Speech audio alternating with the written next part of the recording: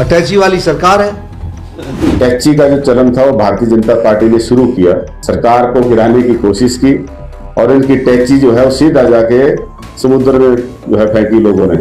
हमारी पहले भी 40 सीटें थी, अब भी हमारी 40 सीटें हैं और सरकार पूरी तरह से सुदृढ़ है। मुख्यमंत्री जी के नेतृत्व में जन कल्याणकारी कार्य कर रहे हैं। मैं हिमाचली हूँ लेकिन मैं दिल्ली में काम कर रहा हूँ, वहीं करूंगा। भाजपा में भी 4-5 मुख्यमंत्री जो है इनोवेटिव हैं। बिलासपुर से बनेगा तो जरूरी नहीं नड्डा जी बनेंगे, वहाँ भी कंपटीटर और हैं। जैसे कहावत है ना कि दिल्ली दूर है, शायद नड्डा जी के लिए भी शिमला दूर। ठीक है। हिमाचल सरकार को किसी भी तरीके की कमी हम अपनी तरफ से नहीं आने देंगे।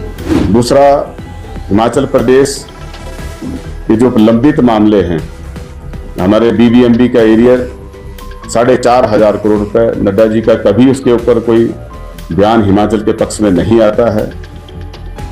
हमारा जो सानन पावर प्रोजेक्ट है जिसका 100 साल की लीज पूर्ण हो चुकी है, उसके बारे में कभी नड्डा जी ने ये नहीं कहा कि ये प्रदेश सरकार को वापस दिलाने में हम केंद्र सरकार की तरफ से जो है मदद करेंगे। ये ठीक कहा रोहित जी ने कि आज नड्डा जी का स्थान केंद्र सरकार में बड़ा महत्वपूर्ण है, लेकिन उस शक्ति का फायदा हिमाचल के लोगों को होना चाहिए था।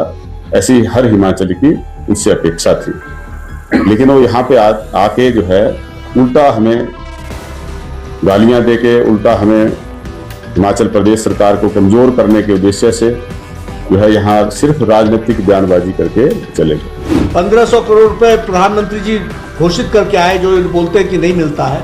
यहाँ तक कि जो प्रधानमंत्री जी की गत वर्ष जब 2025 में 23 के उपरांत जो प्राकृतिक आपदा के दौरान जब वो कांगड़ा जिला आयुक्त थे, उस वक्त की घोषणा भी लगभग 1500 करोड़ के आसपास की आज तक लंबित पड़ी है। इनसे जो क्वेरी की गई, क्योंकि ये जब इनको बंदूक चाहिए, जब इनको रिवॉल्वर चाहिए होता है तो बंदूक का लाइसेंस मांगते हैं, जब क्वेरी लगती है तो उसका जवाब नहीं देते हैं। कांग्रेस सरकार के समय के केंद्रीय वित्त मंत्री यहाँ पे आए चिदंबरम जी, शिमला के ऐतिहासिक रिज मैदान पर आकर घोषणा की कि यहाँ पे एक IIT स्वीकृत की जाती है, एक सेंट्रल यूनिवर्सिटी की घोषणा की, IIM की घोषणा की और एम्स जो है आने वाले समय में खुलेगा, क्योंकि उसमें फैकल्टी की कमी थी उस समय। कैसे मैं 3 साल के अंदर कोरोना में भी मैं 3 साल में all India institute of medical sciences Bilaspur बना करके देता हूं, और कैसे आपके नाहन का मेडिकल कॉलेज, सिरमौर का मेडिकल कॉलेज, चंबा का मेडिकल कॉलेज, ये अभी भी कंप्लीट नहीं हुए जो मैंने 2014 में दिए थे। तो ये बताता है स्टेट गवर्नमेंट की इनएफिशिएंसी। उस समय के जो हमारे केंद्रीय स्वास्थ्य मंत्री थे श्री गुलाम नबी आजाद जी, उन्होंने 2 मेडिकल कॉलेजेस चंबा और सिरमौर की घोषणा करी और टांडा में जो है एक अलग से सुपर स्पेशलिटी ब्लॉक बनाने के लिए पैसा दिया। और जब उनका दौरा यहाँ से जब वो 2 की घोषणा हो गई, उसके बाद फिर वर्तमान में जो हमारे मुख्यमंत्री है सुखविंदर सिंह सुक्खू जी, उन्होंने व्यक्तिगत तौर पे गुलाम नबी आजाद जी से अनुरोध किया कि एक मेडिकल कॉलेज हमीरपुर में भी खोला जाए, और उनके अनुरोध पर हमीरपुर में भी मेडिकल कॉलेज तीसरा गुलाम नबी आजाद जी ने स्वीकृत किया।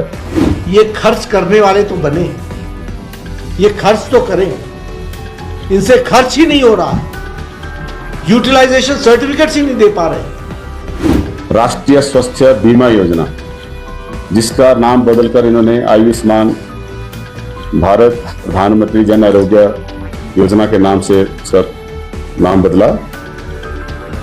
कांग्रेस सरकार के कार्यकाल में कभी भी इस योजना में पैसे की कमी नहीं आई, जबकि आयुष्मान भारत में हमें सिर्फ 45-46 करोड़ के आसपास मिलता है, जबकि प्रदेश का कुल खर्चा इस योजना पर 100 करोड़ से 120 करोड़ के बीच में होता है। इस सरकार को लॉक स्टॉक और बैरल के साथ जाना है।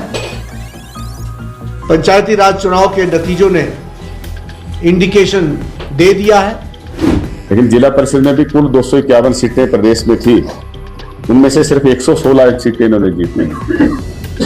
मैं वैसे व्यक्तिगत आक्षेप नड्डा जी के ऊपर नहीं करना चाहता, लेकिन ये जरूर उनसे निवेदन करूंगा कि जो उनका गृह जिला परिषद वार्ड है, वहां पर जो भाजपा का घोषित उम्मीदवार था उसको कितने % वोट पड़े वो जरूर मीडिया के माध्यम से लोगों को सामने रखें, और जो वहां पे जीता उसको कितने % पड़े जो निर्दलीय था।